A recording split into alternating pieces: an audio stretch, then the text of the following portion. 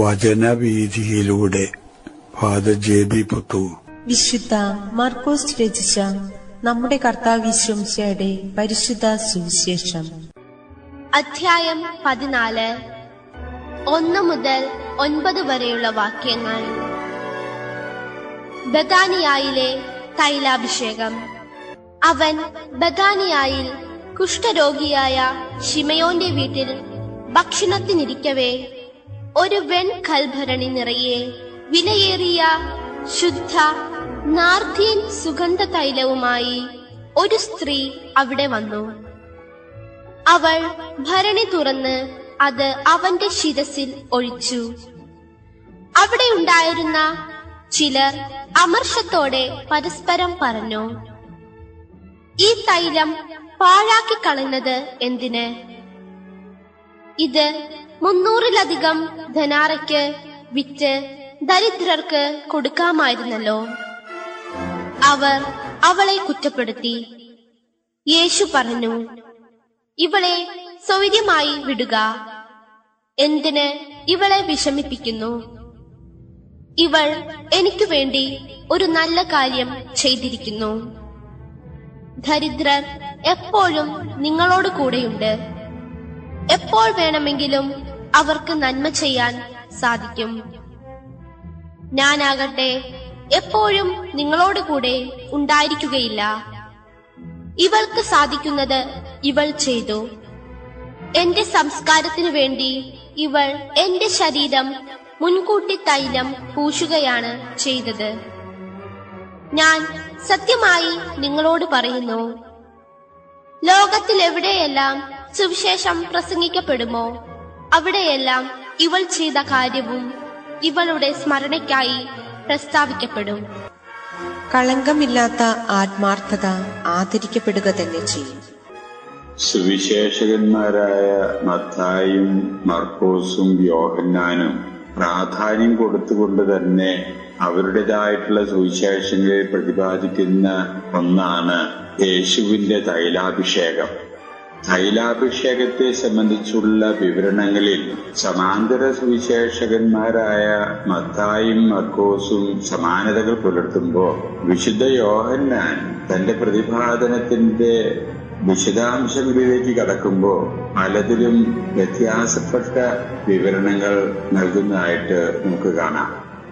എങ്കിലും 3 പേരും ഒരുപോലെ സമ്മതിക്കുന്ന പ്രധാനപ്പെട്ട 4 കാര്യങ്ങളെങ്കിലും ഈ സുവിശേഷങ്ങളിൽ നമുക്ക് കണ്ടെത്താവുന്നതാണ് എന്ന് വേണം വിചാരിക്കാൻ. ഒന്ന്, തൈലാഭിഷേകം നടക്കുന്നത് ബഥനിയ എന്ന് പറയുന്ന സ്ഥലത്താണ്. 3 പേരും അങ്ങനെ തന്നെ അത് പ്രതിപാദിക്കുന്നുണ്ട്. രണ്ടാമത്തെ കാര്യം, തൈലാഭിഷേകത്തിന് ഉപയോഗിക്കുന്ന തൈലം വളരെ വില കൂടിയതാണെന്നും അതിന്റെ ഏകദേശം വില 300 ദേനാർ ആണ് എന്നുള്ളതും എല്ലാ സുവിശേഷത്തിലും നമ്മൾ കാണുന്നു. മൂന്നാമത്തെ വിഷയം, തൈലാഭിഷേകത്തെ സംബന്ധിച്ച് സമൂഹത്തിൽ ഭിന്ന അഭിപ്രായങ്ങൾ ഉയർന്നു വന്നു എന്നുള്ള യാഥാർത്ഥ്യം. നാലാമത്തേതായിട്ടുള്ള സമാനത പുലർത്തുന്ന വിഷയം, സമൂഹത്തില് ഉയർന്നു വരുന്ന ഭിന്നതകള് എല്ലാം തന്നെ ഒരേ വിധം പരിഗണിക്കേണ്ടതല്ല എന്നും അവ ചിലത് അവഗണിക്കേണ്ടതാണെന്നും ഉള്ള യേശുവിൻ്റെതായിട്ടുള്ള ഉറച്ച നിലപാട്. ആ നിലപാട് ഈ അഭിഷേകത്തെ അംഗീകരിക്കുന്ന ഒരു നിലപാടായിട്ട് സാധാരണ അനുവാചകർക്ക് മനസ്സിലാകുന്ന വിധത്തിൽ ഇത്രയും കാര്യങ്ങൾ എല്ലാ സുവിശേഷങ്ങളിലും തന്നെ ഒരുപോലെ നമുക്ക് ദർശിക്കാവുന്ന യാഥാർത്ഥ്യങ്ങളാണ്. എന്നാൽ സമാന്തര സുവിശേഷകന്മാരായ മത്തായിയും മർക്കോസും തൈലാഭിഷേകം നടന്നത് ഒരു കുഷ്ഠരോഗിയായ ശിമയോന്റെ വീട്ടിലെ യേശു സന്ദർശനത്തിന് വേണ്ടി ചെന്നപ്പോൾ ആണ് എന്ന് പറയുമ്പോൾ, യോഹന്നാൻ യേശു മരിച്ചവരിൽ നിന്ന് ഉയർപ്പിച്ച ലാസറിന്റെ വീട്ടിൽ സന്ദർശനത്തിന് വേണ്ടി എത്തിയപ്പോൾ ബഥനിയായുള്ള ആ വീട്ടിൽ വെച്ച് തൈലാഭിഷേകം നടന്ന സൂചനയാണ് യോഹന്നാന്റെ വിവരണത്തിൽ നമ്മൾ കാണുക. രണ്ടാമത്തെ വ്യത്യാസം, മത്തായിയും മർക്കോസിന്റെയും വിവരണം അനുസരിച്ച് പേര് വെളിപ്പെടുത്തിയിട്ടില്ലാത്ത ഒരു സ്ത്രീയാണ് യേശുവിനെ തൈലാഭിഷേകം നടത്തുന്നത് എന്നുള്ള വിവരണം കാണുമ്പോൾ, യോഹന്നാന്റെ വിവരണമനുസരിച്ച് തൈലാഭിഷേകത്തിന് വേണ്ടി മുതിർന്ന സ്ത്രീ പേര് വെളിപ്പെടുത്തപ്പെടുന്നു മറിയം എന്ന ഒരു സ്ത്രീയാണ് എന്ന് അതിൽ നമുക്ക് കാണാം. എന്നാൽ ഈ മറിയം ലാസറിന്റെ സഹോദരിയായിട്ടുള്ള മറിയമാണോ, മഗ്ദലേന മറിയമാണോ, അതോ വേറെ ഏതെങ്കിലും മറിയമാണോ എന്ന് വ്യക്തമായ സൂചനകള് യോഹന്നാൻ നൽകുന്നില്ല. പാരമ്പര്യത്തിന്റെയും ബോധ്യങ്ങളുടെയും അടിസ്ഥാനത്തിൽ നിഗമനങ്ങളിൽ എത്താൻ വ്യക്തികൾക്ക് സ്വാതന്ത്ര്യമുണ്ടാകാം എന്ന് വേണം വിചാരിക്കാൻ.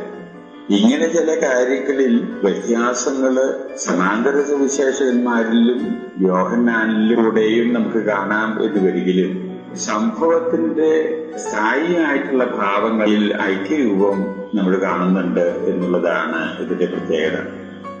ഇവിടെ ഒന്ന് രണ്ട് കാര്യങ്ങള് വസ്തുനിഷ്ഠമായ രീതിയിൽ നാം മനസ്സിലാക്കിയെടുക്കേണ്ടതുണ്ട്. അതിൽ പ്രധാനപ്പെട്ട കാര്യം, ചില കാര്യങ്ങൾ അത് ആത്മാർത്ഥതയോടും നിഷ്കളങ്കമായ മനസ്സോടും കൂടിയാണ് നിർവഹിക്കപ്പെടുന്നത് എന്ന് ഒരിക്കൽ ആർഭാടത്തിന്റെയും ധൂർത്തിന്റെയും അടിസ്ഥാനത്തില് പൊങ്ങച്ചം കാണിക്കുന്നതിനുള്ള പരിശ്രമത്തിന്റെയും അടിസ്ഥാനത്തിലുള്ള പ്രവർത്തനങ്ങളെക്കാൾ യേശു കൂടുതൽ ഇഷ്ടപ്പെടുന്നതായിട്ട് നാം കാണുന്നു. ഇവിടെ അഭിഷേകം ചെയ്യാൻ വേണ്ടി മുന്നോട്ട് വന്ന ആ വ്യക്തി യഥാർത്ഥത്തിൽ ആത്മാർത്ഥതയുടെ തികവും നിഷ്കളങ്കമായിട്ടുള്ള മനസാക്ഷിയുടെ പ്രകടനവും ഒരു കരുതലിന്റേതായിട്ടുള്ള ചിന്തകളും അതിൽ അന്തർലീനമായതുകൊണ്ട് യേശു അതിനെ അതീവം ഇഷ്ടപ്പെട്ടതായിട്ട് ആ വിവരണങ്ങളിൽ നിന്ന് നമുക്ക് മനസ്സിലാകുന്നു.